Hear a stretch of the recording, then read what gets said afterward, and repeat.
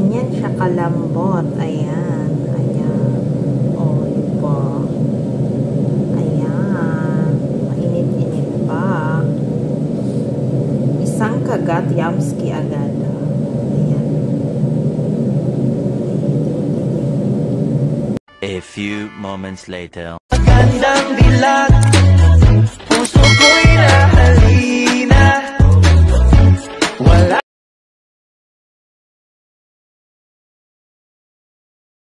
Hi guys! Welcome back to my channel. It's me, Yamski. At ngayon ay gagawa tayo ng sesame cupcake. So, ito yung mga ingredients ko. May flour, may milk, may 4 eggs, tapos yogurt, sugar, at saka oil, then sesame seeds. Ayan. So, ang una nating ilalagay is ang 4 na itlog. Ayan. 4 na itlog. Tapos, i-down natin. Ayan. Tapos, i-open na natin yung blender.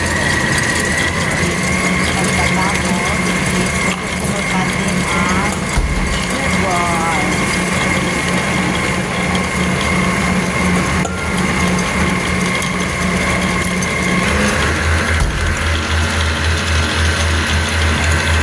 Hintayin natin mamix sila together. Mag-a-add ako dito ng vanilla.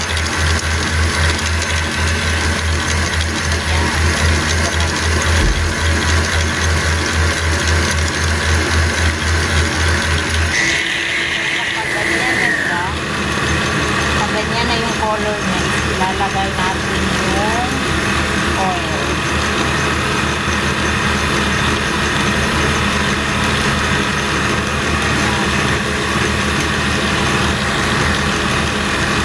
Pag nailagay na natin yung oil, susunod natin yung milk.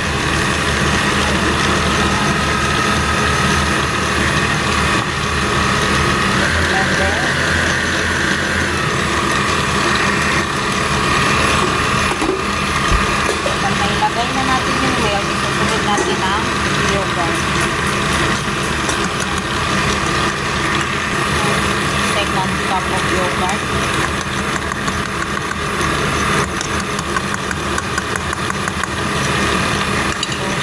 Ito lang yan sandali.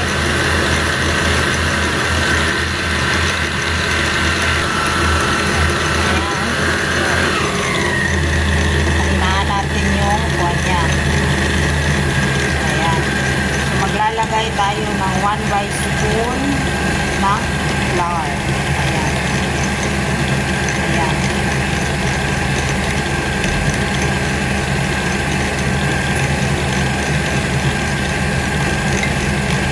Ayan. 1 by 1 para hindi mabigla yung liquid na ingredient natin.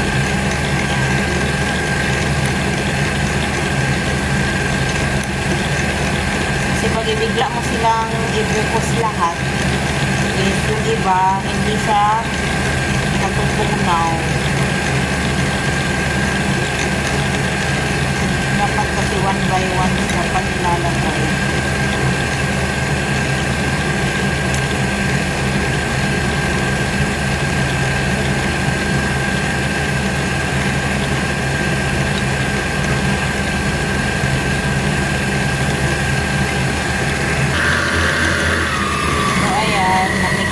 So, maglalagay ako ng color para maging yellow. Ayan.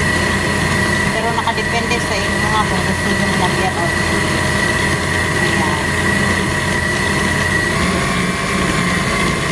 Tapos, lalagyan ko siya ng cardamom powder. Pero depende sa inyo kung gusto nyo lagyan nyo. Pero pag hindi, okay lang.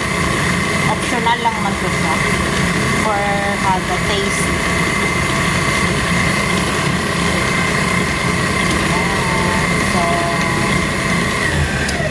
Tapos na, ayan.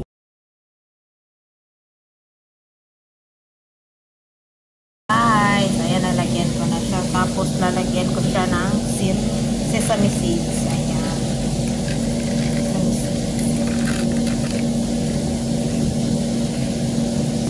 lalagyan ko na yan siya is maglalagay na ako ng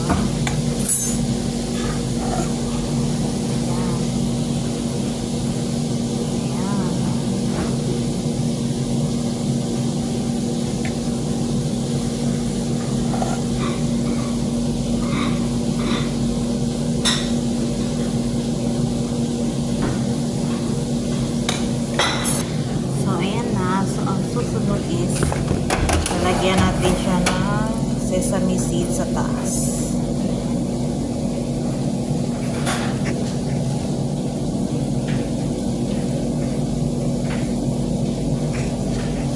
Ayan na siya guys. Tapos is ilalagay na natin siya sa oven.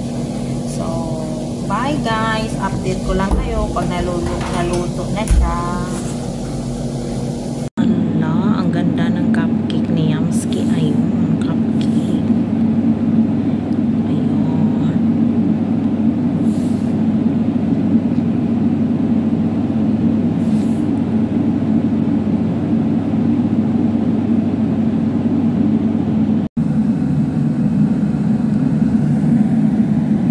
Magandang dilat